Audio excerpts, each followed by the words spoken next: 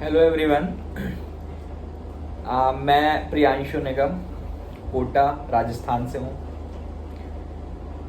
मैं यहाँ पर ये वीडियो शूट कर रहा हूँ उन बच्चों के लिए या पेरेंट्स के लिए जो 10th क्लास में थे लास्ट ईयर, मतलब जिन्होंने 10th क्लास का एग्ज़ाम दिया है या फिर 12th क्लास का एग्ज़ाम दिया है। उन बच्चों के लिए मैं वीडियो शूट कर रहा हूँ। मैं अपना इंट्रोडक्शन भी आपको दे देता हूँ, ये पेरेंट्स के लिए भी है कहीं ना कहीं ये वीडियो। और जैसा कि आप टाइटल देख रहे हैं वीडियो का कि कोरोना है ना, कोरोना एंड कोटा कोचिंग। तो बच्चा क्या करे इस समय, कोटा आ नहीं पा रहा है वो कई रीजंस से। तो शुरू करने के पहले मैं अपना इंट्रोडक्शन दे देता हूँ। मेरा नाम प्रियांशु निगम है और मैं कोटा से ये वीडियो शूट कर रहा हूँ और मैं मैथमेटिक्स फैकल्टी हूँ और 2010 से मैं IIT JEE एस्पिरेंट्स को मैथमेटिक्स पढ़ा रहा हूँ। और इनफैक्ट इस समय जो मैं ये वीडियो शूट कर रहा हूँ ये भी मैं अपने क्लासरूम से ही कर रहा हूँ। आप पीछे बोर्ड देख सकते हैं, क्योंकि आजकल घर से ही क्लासेस सारी ले रहे हैं। तो घर पे ही मैंने एक ये रूम बना रखा है जिसमें मैं पूरी क्लासेस लेता हूँ। यहीं पे मेरा पूरा सेटअप है। मैंने 2012 में मैंने 2010 से पढ़ाना शुरू किया। पहले मैं करियर पॉइंट में था और 2012 में मैंने रेजोनेंस ज्वाइन किया और 2020 में फरवरी तक मैं रेजोनेंस में ही था। और रेजोनेंस में बच्चों ने मुझे बहुत मोहब्बत दी, बहुत प्यार दिया। इनफैक्ट ना केवल रेजोनेंस में बल्कि करियर पॉइंट के भी बच्चे मुझे आज भी याद हैं, जिनको मैंने 2010 से 2012 में पढ़ाया। अब तो खैर वो जॉब में हैं, अलग अलग शहरों में हैं। लेकिन मैं एक बच्चे का नाम लेता हूँ आपको यहाँ पे, आनंद थानवी, एक देवेंद्र और एक शुभम। अगर शायद वो लोग मेरा वीडियो देखेंगे कभी ना कभी, और नहीं तो मेरी बात होती है उनसे। मैं उनका नाम इसलिए ले रहा हूँ कि मेरी उन बच्चों से आज भी बात होती है, जबकि मैंने उनको 2010-11 में पढ़ाया था। तो उन सारे बच्चों ने मुझे बहुत प्यार किया, बहुत मोहब्बत दी। रेज़ो में भी मुझे बच्चों ने बहुत मोहब्बत दी। और 2020 में जनवरी में रेजोनेंस ने मुझे बेस्ट मैथमेटिक्स फैकल्टी का अवार्ड भी दिया। और इसका पूरा क्रेडिट उन पेरेंट्स को और ख़ास तौर पे उन बच्चों को जाता है। हमेशा मैं बच्चों से जुड़ा रहा हूँ किसी ना किसी प्रकार से। कई बार जब क्लासेस चलती थी रेगुलर, तब तो रोज़ ही बच्चों से बात होती थी। क्लास में भी मज़ा आता था बहुत, और क्लास के बाद भी मुझे बहुत आनंद आता था। मैं आधे 1-1 घंटे क्लास के बाद बच्चों के साथ बात करता था, उनकी स्ट्रैटेजी को लेके, पढ़ाई को लेके, और कई बार पर्सनल लाइफ को भी लेके।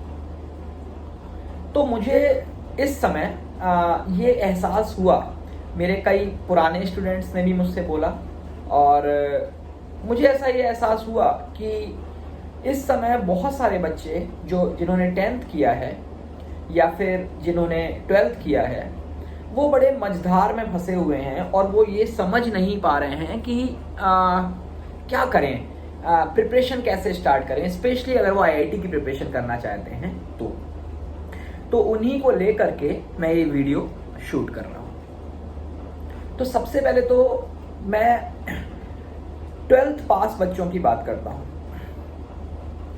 देखिए, अभी आज का दिन जुलाई ख़त्म हो गया है और 12th पास बच्चों के लिए इस बार जो JEE मेन का एग्ज़ाम होगा, मैं 2020 JEE मेन की बात नहीं कर रहा हूँ, मैं 2021 JEE मेन की बात कर रहा हूँ। मतलब जिन बच्चों ने इस साल 12th किया है, डेफिनेटली उन्होंने भी JEE मेन दिया होगा। लेकिन कई सारे बच्चे ऐसे होते हैं जिन्होंने इस साल 12th किया होगा, लेकिन उन्होंने सिर्फ बोर्ड की प्रिपरेशन की होगी, तो उन्होंने डेफिनेटली JEE मेंस को नहीं दिया होगा, या दिया होगा तो उनके परसेंटाइल काफ़ी पुअर आए होंगे। तो वो नेक्स्ट ईयर टारगेट करके चलते हैं कई बार, कि ये बच्चे सोचते हैं, पेरेंट्स सोचते हैं कि चलो पहले 12th कर ले बेटा और फिर मैं उसको कोचिंग मिल जाएगी तो वो अगले साल जेई की प्रिपरेशन करेगा। तो वो बच्चे भी इस समय बड़े फंसे हुए हैं कि 12th तो कर लिया, लेकिन अब क्या, जेई में परसेंटाइल तो इस समय आया नहीं, और आना भी नहीं आना स्वाभाविक भी है, नेचुरल है, क्योंकि भाई प्रिपरेशन नहीं की जेई की तो परसेंटाइल कैसे आएगा। उन बच्चों को मैं यहाँ पे बहुत स्ट्रिक्ट एडवाइस देना चाहूँगा। मैं बड़ा ही अनबायस्ड एक फैक्ट्स आपके सामने रखने के लिए आया हुआ हूँ, जिसमें मैं बड़ी क्लियर एडवाइस, अपने मन की एडवाइस आपसे शेयर कर पाऊँ। तो सबसे पहले तो मैं उन्हें स्ट्रिक्ट एडवाइस देना चाहूँगा कि आप अपना समय अगर निकाल रहे हैं तो आप इस समय को बर्बाद कर रहे हैं। और ये बिल्कुल संभव है कि जेई 2021 जनवरी में ना होके फेब में हो जाए, फरवरी में हो जाए या मार्च में हो जाए, बिल्कुल संभव है। जनवरी में होना बड़ा मुश्किल है, क्योंकि जनवरी में 2020 में जेई होना था, हुआ, लेकिन अब ये वाला जो जेई है, जो सेकेंड अटेम्प्ट था अप्रैल में, वो शिफ्ट होता जा रहा है। अभी 1 सितंबर से डेट आई है, और मे बी कि ये 1 सितंबर की डेट भी थोड़ी सी आगे शिफ्ट हो जाए, क्योंकि आप देख रहे हैं कि 16 लाख से ज़्यादा अपने कोरोना के केसेस इंडिया में हो चुके हैं, और 50,000 से ज़्यादा केसेस एक दिन में भी आ रहे हैं। तो अभी तक अपन को कोरोना का पीक नहीं मिला है, तो पता नहीं 1 सितंबर वाला एग्जाम अभी होता है या वो भी पोस्टपोन होता है। तो इससे ये ना सोचें कि आगे का जेई मेन बहुत शिफ्ट हो सकता है वो फरवरी में हो जाए, हो सकता है मार्च में हो जाए। आपके लिए एक एक दिन कीमती है। आप सोच के देखें कि आपका जुलाई निकल गया है, अगस्त, सितंबर, अक्टूबर, नवंबर, दिसंबर, जनवरी और फरवरी, 7 महीने हैं। फरवरी तक मैंने जोड़ा है, ये मानते हुए कि जनवरी में एग्जाम नहीं हो रहा, और फरवरी को भी मैंने पूरा काउंट किया है। 7 महीनों में आपको 11th और 12th दोनों का कोर्स करना है, जो कि बड़ा ही मुश्किल होने वाला है। क्योंकि जब आपके पास ज्यादा समय होता था, जब क्लासेस जून से स्टार्ट हो जाती थी, तब भी वो कोर्स कंप्लीट होने में काफी दिक्कतें होती थी, काफी मारामारी होती थी। तो आप तो इमीडिएटली अपनी प्रिपरेशन स्टार्ट कर दें, बिना ये सोचे हुए कि कोविड है, अगला जेई कब होगा कि नहीं होगा, वगैरह वगैरह बहुत सारे कयास लगाए जा रहे हैं। उन सब से ऊपर उठ करके आप सीधे अपनी प्रिपरेशन को स्टार्ट कर दें। ये मेरा सीधा संदेश है उन बच्चों के लिए जिन्होंने 12th पास किया है इस साल 2020 में, और उन्होंने 12th तक की पढ़ाई सिर्फ बोर्ड वाली पढ़ाई की है।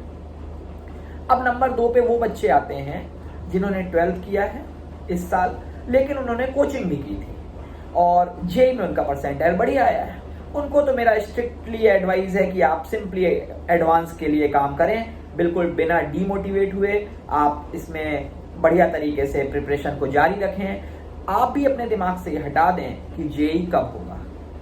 मेरा मन कहता है कि जेई कैंसिल तो नहीं हो सकता, ये मैं मानता हूं पर्सनली। ये मैं बिल्कुल लिखित रूप पे तो दे नहीं सकता, क्योंकि मैं कोई अथॉरिटी तो हूं नहीं, लेकिन मेरा मन कहता है कि जेई कभी कैंसिल नहीं होगा। ये बात मैं उन बच्चों के लिए बोल रहा हूं जिनके दिमाग में ये कयास है कि जेई कैंसिल तो नहीं हो जाएगा, नंबर 1। तो आप इन सब बातों से हट करके अपनी प्रिपरेशन बरकरार रखें, मोटिवेटेड रहें, और आपको कुछ नहीं करना है। जिनका अच्छा परसेंटाइल आया है जनवरी मेंस में, मान लेते हैं 98 परसेंटाइल आया है या 95 भी आया है, they can improve their percentile up to a huge mark बड़े आराम से, कोई समस्या नहीं होने वाली। तो आप बिना कुछ सोचे हुए सिर्फ अगले मेंस की प्रिपरेशन करें और एडवांस की प्रिपरेशन करें। आपके पास बहुत समय मिल चुका है ऑलरेडी और आगे भी मिल रहा है। आपने जो शीट, जहां भी आपने कोचिंग की है, शीट, डीपीपीज, उनको रिवाइज करते रहें, थ्योरी रिवाइज करते रहें और कंटिन्यूटी बरकरार रखें। ये तो सेकंड वैरायटी हो गई। अब थर्ड वैरायटी की बात करता हूं मैं। जिन बच्चों का जेई मेन जनवरी अटेम्प्ट में बुरा गया है, पुअर परसेंटाइल आया है, और आपको ऐसा लगता है कि अगला जो मेंस होने वाला है उसमें भी आप अंदर से आवाज आ रही है कि भाई मेरा अच्छा नहीं हो पाएगा, जो जनवरी के बाद वाला सेकंड अटेम्प्ट होना था, जो सितंबर में होना है, अब पता नहीं वो कब हो। उनको भी मैं ये कहूंगा कि अगर आपको ऐसा लगता है कि आपके बहुत सारे कैविटीज हैं, बहुत सारी आपके अंदर कमियां हैं जिन्हें आपको इम्प्रूव करना है और आप उसे सेल्फ स्टडी से नहीं कर सकते, तो आप सीधे तरीके से नेक्स्ट जेई के लिए, जेई 2021 के लिए आप टारगेट करके उसकी पढ़ाई में लग जाएं। आप भी बिल्कुल उसी तरीके से काम करें जैसा कि मैंने फर्स्ट वैरायटी के स्टूडेंट्स के लिए बोला था। फर्स्ट वैरायटी कौन सी वाली? जिन्होंने 12th इस साल किया है और सिंपल बोर्ड की पढ़ाई की है, ठीक है। अच्छा, अब पढ़ाई कैसे करें उस पर मैं अभी आता हूँ। उसके लिए मैं 10th वाले बच्चों को भी एक बार बता देता हूँ और उसके बाद मैं दोनों को ज्वाइंटली बताऊंगा कि आप किस तरीके से प्रिपरेशन स्टार्ट कर सकते हैं। तो अब मैं आ रहा हूं उन बच्चों के पास जिन्होंने 10th क्लास इस साल किया है। अब मैंने लोगों को देखा, बहुत सारे बच्चों से मैं इंटरेक्ट हुआ।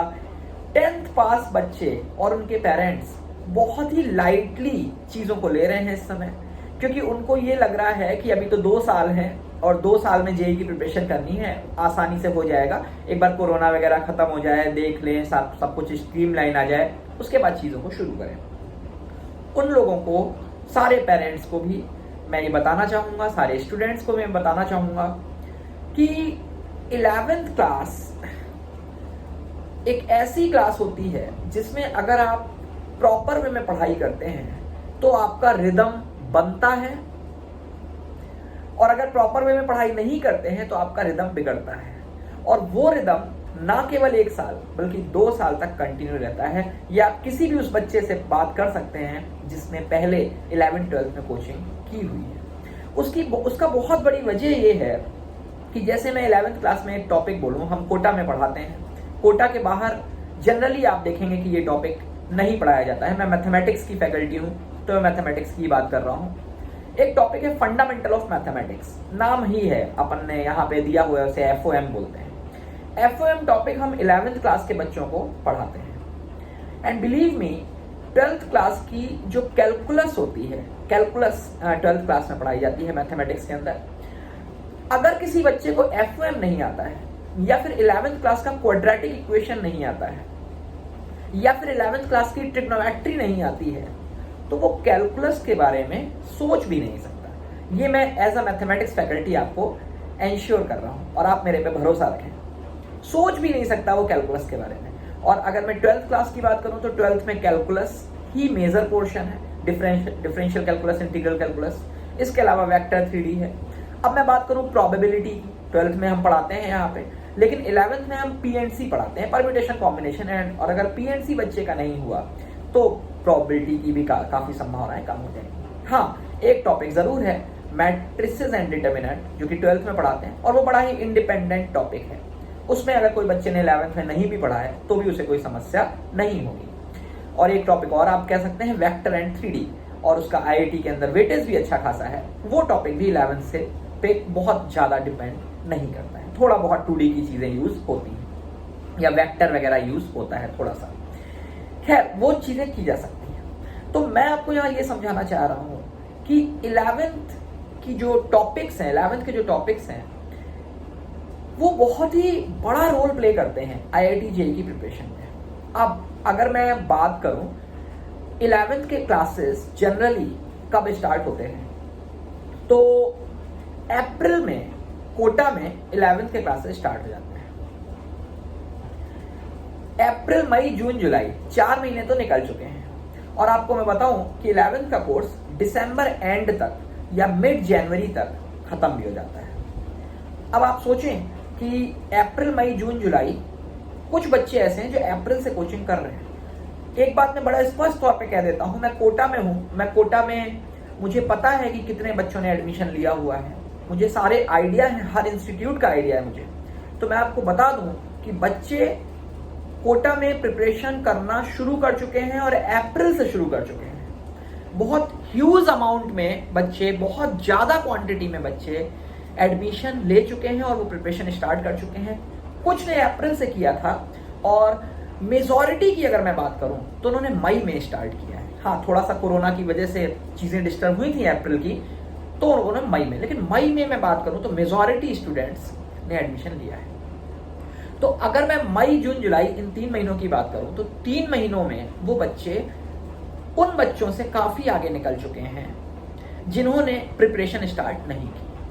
अब मैं यहाँ पे एक बात और मेंशन करना चाहूंगा, कई लोगों को ये भी लग रहा है इस समय कि भाई अभी मैं 10th क्लास मैंने किया है, मैं 1 साल, अभी कोरोना का चक्कर भी चल रहा है काफ़ी ज़्यादा, तो 1 साल तक नॉर्मल 11th की पढ़ाई करता हूँ, अपनी NCERT वगैरह लगाऊंगा और 12th क्लास में फिर मैं कोचिंग लूँगा। फिर मैं उनको ये बोलूँगा कि सबसे पहले तो NCERT, अगर मैं मैथमेटिक्स की बात करूँ, मैं बिल्कुल आपको क्लियरली बोल रहा हूँ कि आप NCERT पूरी लगा लीजिए 11th और 12th की।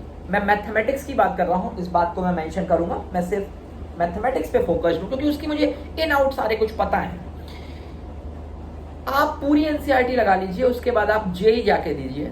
शायद, इसमें मैं शायद लगा रहा हूँ, आप 2 क्वेश्चंस JEE के बना लें। शायद हो सकता है 2 भी ना बना पाए, 1 बनाए या 1 भी ना बने। ये NCERT और IIT JEE की पढ़ाई में डिफरेंस है, बहुत बड़ा डिफरेंस है।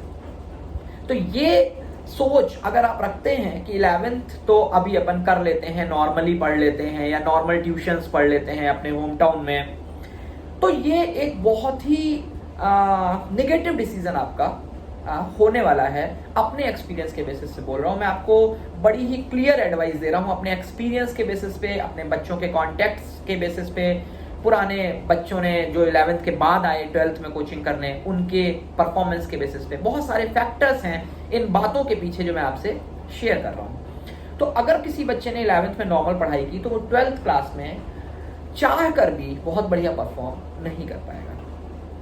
तो मैं सबसे पहले तो ये कहूँगा, इस बात को बिल्कुल दिमाग से निकालना है। अब दूसरा पॉइंट कि हम ऑलरेडी 3 महीने, 4 महीने ना सही तो 3 महीने लेट हैं। और मैं आपको यहाँ पर एक बात और मेंशन करना चाहूँगा, बहुत ही महत्वपूर्ण बात है ये, कि जो बच्चे, मैं अभी बता देता हूँ कि मैं इस समय रेजोनेंस में नहीं हूँ। रेजोनेंस में मैं फरवरी तक था, शायद मैंने आपको शुरू में भी बोला था, और फरवरी में रेजोनेंस से मैं रिलायबल आ गया।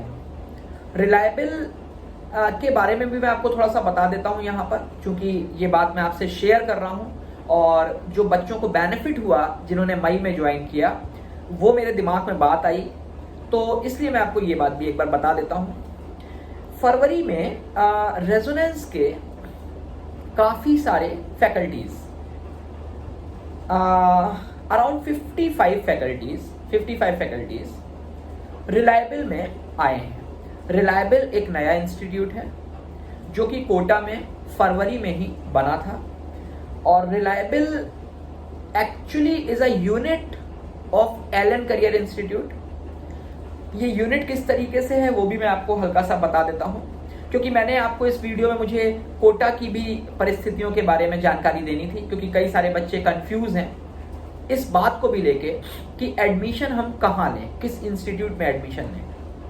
तो इसलिए मैं आपको एक बड़ा ही क्लियर व्यू यहाँ आपके सामने रख रहा हूँ। तो रिलायबल इंस्टीट्यूट की जो मैनेजमेंट पार्ट है, मैनेजमेंट, वो एलन का है, कंप्लीटली एलन करियर इंस्टीट्यूट का है, और जो एकेडमिक पार्ट है रिलायबल का, वो वही 55 लोग संभाल रहे हैं, वही 55 लोग संभाल रहे हैं, फैकल्टीज संभाल रहे हैं, जो कि रेजोनेंस से रिलायबल फरवरी के महीने में आए थे।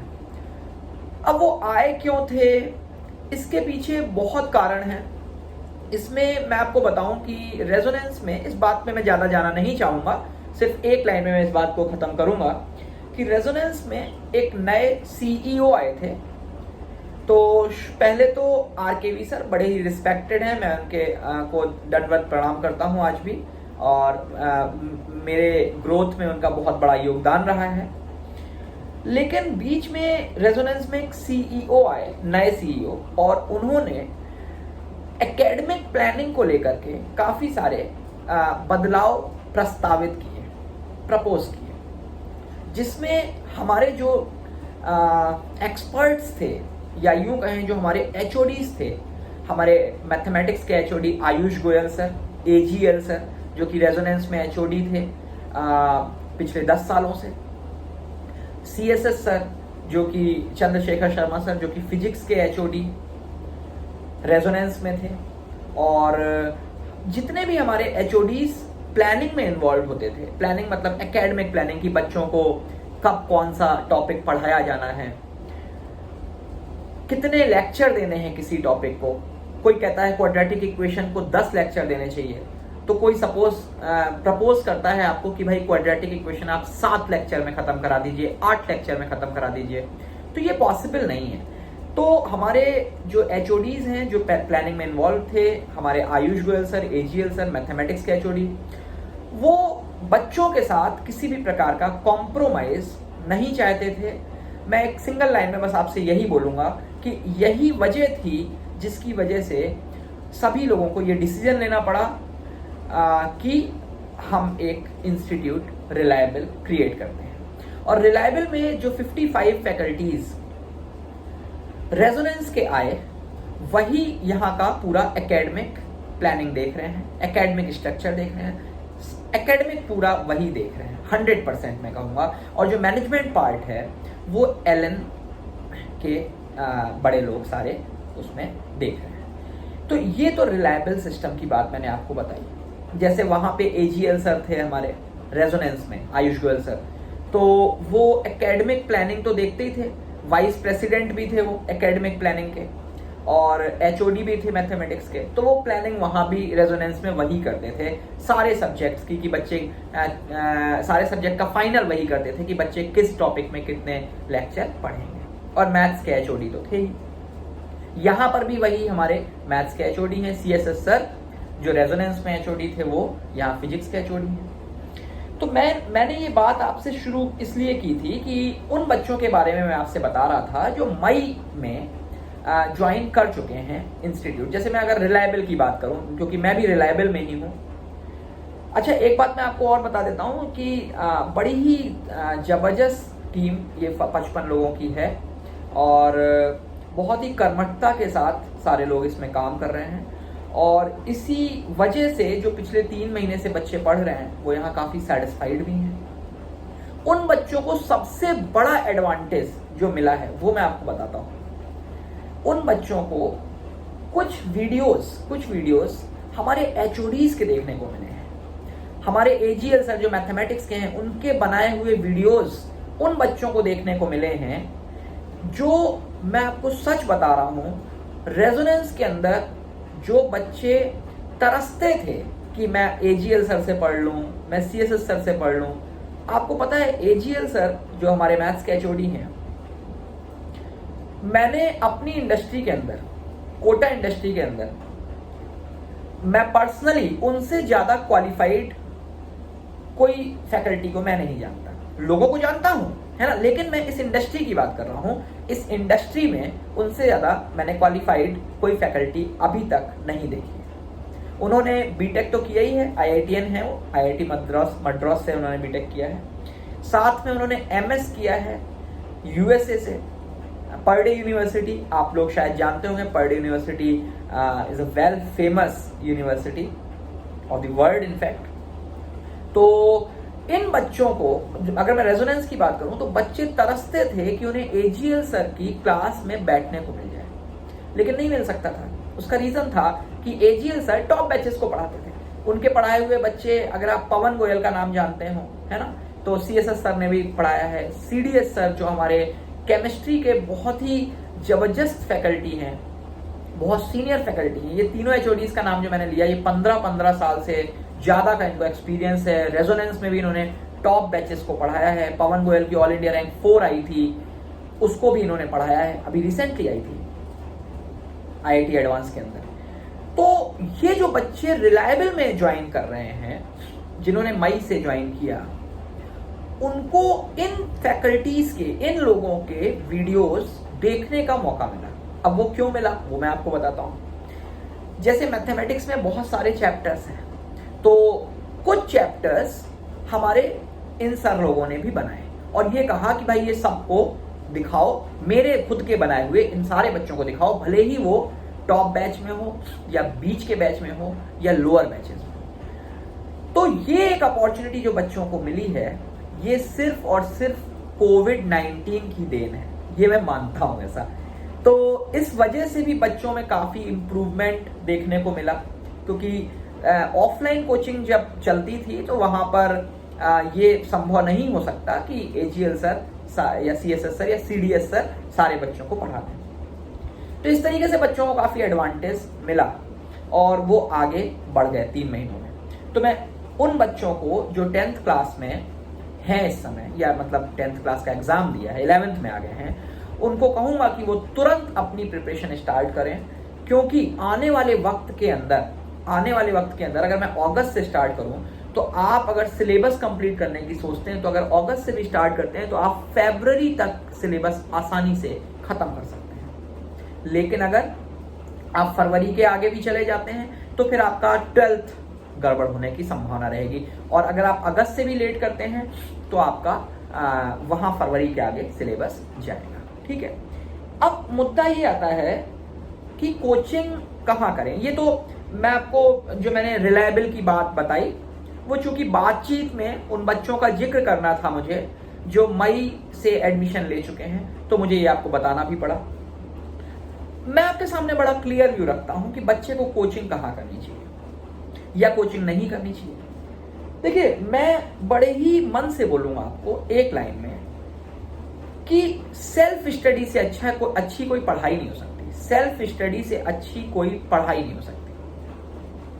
कोई भी चीज अगर बच्चा खुद से पढ़ता है, किसी बुक से पढ़ता है, यूज करके बुक्स को खुद बैठ के पढ़ता है, तो वो अगर उसे समझ में आ जाती है तो वो चीज उसे कभी भूलेगी नहीं। आपको मैं बता दूंगा, उसको 10 साल बाद भी याद रहेगी। लेकिन सेल्फ स्टडी में आपको टाइम थोड़ा ज्यादा देना पड़ता है। एक ही टॉपिक को आपको 2 घंटे लग जाएंगे पढ़ने में, और अगर अपन कोचिंग करते हैं तो वो टॉपिक जो 2 घंटे का है वो हमें 20 मिनट में बता दिया जाता है, क्योंकि जो फैकल्टीज होते हैं उन्होंने पूरी रिसर्च करी होती है उस टॉपिक के ऊपर। तो इसमें 2 फायदे होते हैं। एक तो कम समय में आपका टॉपिक खत्म हो जाता है, नंबर 1, और नंबर 2 कि कोई भी इंपॉर्टेंट पॉइंट मिस नहीं होता है। तो इस वजह से ही कोचिंग की रिक्वायरमेंट हुई थी, कभी जब भी हुई थी। तो कोचिंग तो करना इस वजह से कई बार जरूरी हो जाता है। लेकिन मैं फिर बोलूंगा लास्ट में कि सेल्फ स्टडी से बढ़िया कोई पढ़ाई नहीं हो सकती। अब मुद्दा ये आता है कि कोचिंग तो ठीक है, तो करें कहाँ कोचिंग? कोविड का टाइम चल रहा है, तो यहाँ आपके पास एक ऑप्शन है कि आप किसी अपने लोकल इंस्टीट्यूट में एडमिशन ले लें। जैसे कोई मान लीजिए लखनऊ का है तो वो लखनऊ में किसी लोकल इंस्टीट्यूट में एडमिशन ले लें, या कोई बरेली का है तो वो बरेली के लोकल इंस्टीट्यूट में एडमिशन ले लें। एक पॉइंट तो ये है। दूसरा पॉइंट ये है कि वो किसी कोचिंग में एनरोल करें, तो कोटा की कोचिंग में एनरोल करें या कोटा के बाहर किसी कोचिंग में एनरोल करें। इन सारी बातों पे थोड़ी सी अपन चर्चा करते हैं। देखिए, इसमें मेरा ये कहना है, अगर आप लोकल कोचिंग की बात करें तो लोकल कोचिंग 2 प्रकार की होती है। पहली तो ये कि कुछ लोगों ने मिल करके वो इंस्टीट्यूट चला रहे होते हैं, और दूसरी वो कि कोई बड़ा इंस्टीट्यूट है, उसकी कोई ब्रांच है या फ्रेंचाइजी है उस पर्टिकुलर शहर के अंदर। तो जो ब्रांच होती हैं या फ्रेंचाइजी होती हैं, उनके बारे में मुझे शायद आपको ज्यादा बताने की आवश्यकता नहीं है। उसका सबसे बड़ा रीजन ये है कि आप सभी लोग कभी ना कभी इस बात से वाकिफ हुए होंगे कि वहाँ पे जो मैनेजमेंट है या फैकल्टीज हैं, जैसे मैं रेजोनेंस में था तो रेजोनेंस में भी ब्रांचेस में फैकल्टीज होती थी, तो ऑब्वियसली कोटा में कंपटीशन बहुत ज़्यादा होता है, फैकल्टीज के बीच भी कंपटीशन बहुत ज़्यादा होता है, तो बहुत ज़्यादा फैकल्टीज रम जाती हैं, बहुत ज़्यादा परफेक्शनिस्ट की तरफ हो जाती हैं। अब वो लोग जो दूसरे हैं, जो किसी ब्रांड से नहीं जुड़े हुए हैं, वो अपना ही इंस्टीट्यूट चला रहे हैं, वो एक आपके पास ऑप्शन हो सकता है अगर आप कुछ क्वालिटी से कॉम्प्रोमाइज हल्का सा करना चाहें तो। जैसे मान लें आप ये सोचें कि मुझे जेई मेन की प्रिपरेशन करनी है, मुझे जेई एडवांस की प्रिपरेशन नहीं करनी है, तो आप उन इंस्टीट्यूट को प्रेफर कर सकते हैं। आपके घर के पास है, कोरोना का समय चल रहा है। लेकिन उस केस में ही अगर आपका सपना जेई मेन तक ही आप रखते हैं तो, जैसे बहुत सारे बच्चे होते हैं जिनके 10th में मार्क्स सपोज काफ़ी कम आए हैं, या सपोज 75%, 80% इस टाइप के मार्क्स हैं, या मान लीजिए उनको मैथमेटिक्स में बहुत इंटरेस्ट नहीं है, या कुछ भी XYZ वजह हो सकती है, हो सकता है उसका इंटरेस्ट बच्चे का किसी और तरफ हो, लेकिन पेरेंट्स कह रहे हो कि नहीं बेटा तू इंजीनियरिंग एक बार ट्राई कर ले, तो वो आप जेईई मेन के लिए आप उन इंस्टीट्यूट्स को बिल्कुल ट्राई कर सकते हैं, मैं इसमें कोई आपत्ति नहीं प्रकट करूंगा। अब अगर हम अपने शहर के बाहर निकलें, जिस शहर में आप रहते हैं उसके बाहर निकलें, तो क्या, तो फिर आपके पास बहुत सारे ऑप्शंस आ जाते हैं। जैसे आजकल ऑनलाइन का मार्केट चल रहा है। ऑनलाइन में मैं आपको एक बात बस बोलना चाहूंगा अपने एक्सपीरियंस के साथ, ऑनलाइन की पढ़ाई बहुत ही तरीके से होगी तभी बच्चे को समझ में आएगा। जैसे मान लेते हैं बच्चे को डाउट पूछना है, तो आप खुद सोचें कि आपको अगर डाउट पूछना है, जो भी लोग मुझे सुन रहे हैं, आप सोचें कि अपनी ये बातचीत चल रही है, मैं बात कर रहा हूं, सपोज आप भी वहां से कुछ पूछ सकते हैं, तो आप कैसे पूछना चाहेंगे? आप मुझे अपना प्रश्न लिख के देना चाहेंगे, जैसे आप कीबोर्ड से टाइप करके दे दें। और जिन बच्चों के पास मान लेते हैं लैपटॉप नहीं है, क्योंकि बहुत सारे बच्चों के पास लैपटॉप नहीं होते हैं, तो वो मोबाइल में टाइप करेंगे और मुझे देंगे। ऐसे आप मुझसे प्रश्न पूछना चाहेंगे, या फिर आप मुझसे बातचीत करके प्रश्न पूछना चाहेंगे? जैसे आप कहें कि भाई मैं ये क्वेश्चन पूछना चाहता हूं, है ना, अपन ऐसे बात कर रहे हैं, कन्वर्सेशन, जैसे वीडियो कॉलिंग होती है, वीडियो कॉन्फ्रेंसिंग होती है। निश्चित तौर पे आपका जवाब होगा कि बातचीत करके चाहेंगे, और बिल्कुल सही बात भी है। अगर मैं आपसे कहूं कि आपको लिखना है व्हाट आर यू डूइंग, तो आप बड़ी आसानी से टाइप कर सकते हैं, लेकिन वहीं पे लिखना है what are the roots of this quadratic equation, तो आपको पहले तो क्वाड्रेटिक इक्वेशन टाइप करना पड़ेगा। अब आप खुद सोचिए, जो बच्चे मुझे सुन रहे हैं, क्या आप एक क्वाड्रेटिक इक्वेशन आसानी से टाइप कर सकते हैं? बहुत टाइम लगेगा। और खास तौर पे तब अगर मैं यहाँ पढ़ा रहा हूं, तो उस केस में अगर आप वहां टाइप कर रहे हो तो आप समझोगे क्या और टाइप क्या करोगे, क्योंकि आप टाइप कर रहे हो या मुझे सुन रहे हो।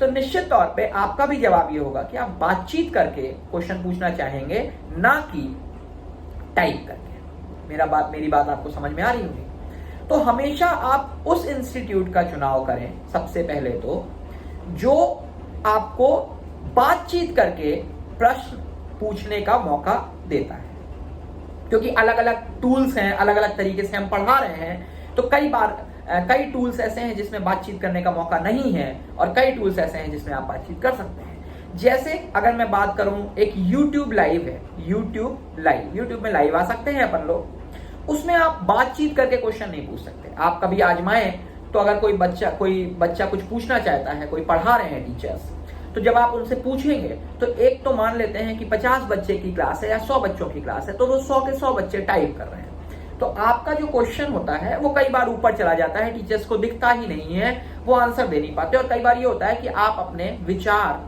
उस प्रकार से व्यक्त नहीं कर पाते लिख करके, जो आप एक्चुअली व्यक्त करना चाहते हैं। तो कहीं ना कहीं मैं यहां पर ये सजेस्ट करूंगा आपको कि आप उस जगह ज्वाइन करें जहां पर लिख के क्वेश्चन पूछने की बजाय आप बोल के क्वेश्चन पूछ सकते हैं। ये मैंने खुद एक्सपीरियंस किया, इसलिए मैं आपको बोल रहा हूं। जैसे मैं आपको एक बात यहां और क्लियर करूंगा, कोटा के इंस्टीट्यूट्स में एक खास बात है कि यहां रिकॉर्डेड वीडियो लेक्चर्स तो दे रहे हैं। अब देखिए, यहां पे एक दूसरी बात भी सामने आ जाती है, एक है लाइव क्लास, एक है रिकॉर्डेड लेक्चर्स।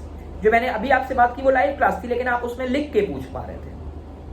दूसरी होती है रिकॉर्डेड लेक्चर्स, आपके पास रिकॉर्डेड लेक्चर्स आ गए, but you can't ask your doubts at the same moment. अब उस समय जब कोई टीचर पढ़ा रहा है और आप डाउट नहीं पूछ सकते, तो फिर आप उस डाउट को भूल भी जाएंगे, और अगर आप लिख भी लेंगे तो आप उस टीचर को ये बता नहीं पाएंगे कि ये डाउट कहाँ आया था, वीडियो में क्या चल रहा था कि डाउट आया था। और फिर वही चीज, क्या आप कन्वर्सेशन में डाउट पूछ पाएंगे या फिर लिख के टाइप कर पाएंगे, दोनों में डिफरेंस है। कोटा के इंस्टीट्यूट में एक खास बात मैं आपको बताता हूं, यहाँ पे जूम का यूज करके क्लासेस चल रही है। जूम का यूज करके बहुत जगह क्लासेस चल रही हैं, कई स्कूल्स में क्लासेस पढ़ा रहे हैं। लेकिन कोटा में आईआईटी की कोचिंग के लिए, जहां तक मुझे आइडिया है, मैं लोकल इंस्टीट्यूट की बात नहीं करता, जेईई मेन के लिए जो लोग मेनली प्रिपेयर कर रहे हैं, मैं उनके लिए, मैं जेईई एडवांस के लिए बात कर रहा हूं। उसमें आप देखेंगे तो आपको कोटा की कोचिंग्स में ऐसा मिलेगा जहां पे आपको जूम में लाइव क्लास पढ़ाई जा रही है, और लाइव क्लास में बच्चे लाइव इंटरेक्ट कर सकते हैं, बोल के पूछ सकते हैं। तो ये फैक्टर्स आप डिसाइड करें कि आपको लोकल इंस्टीट्यूट में अपने घर के, जैसे आप लखनऊ के हैं तो आपको लखनऊ में किसी ब्रांड की फ्रेंचाइजी में जाना है या ब्रांच है, वो तो आप, मुझे पता है आप वैसे ही नहीं जाएंगे, या फिर आप किसी लोकल इंस्टीट्यूट में जाना चाहते हैं तो बिल्कुल मैं सजेस्ट करूंगा। अगर आप जेई मेन के लिए टारगेट कर रहे हैं तो बिल्कुल आंख बंद करके जाएं। जेई मेन के स्टेटस से पढ़ाने वाले आपको बहुत सारे लोग अपने शहर में भी मिल जाएंगे, तो क्यों हम कोटा की तरफ आए। और अगर आप जेई एडवांस की तरफ टारगेट करते हैं, आईआईटीज आपका सपना है, तो फिर आप कोटा की तरफ रुख करें। मैं बड़ा क्लियर व्यू आपको दे रहा हूं क्योंकि जूम की और लाइव क्लासेस की बात अलग होती है।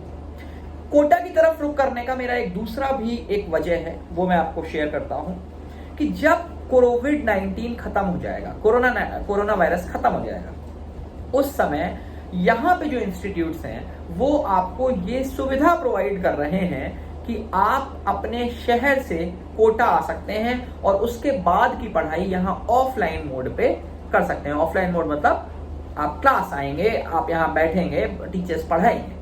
तो सपोज 4 महीने के बाद कोरोना वायरस खत्म हो गया या 2 महीने के बाद कोरोना वायरस खत्म हो गया, तो 2 महीने की आपका टाइम भी वेस्ट नहीं हुआ। जैसा मैंने आपसे कहा, टाइम बड़ा क्रूशियल हो रहा है इस समय।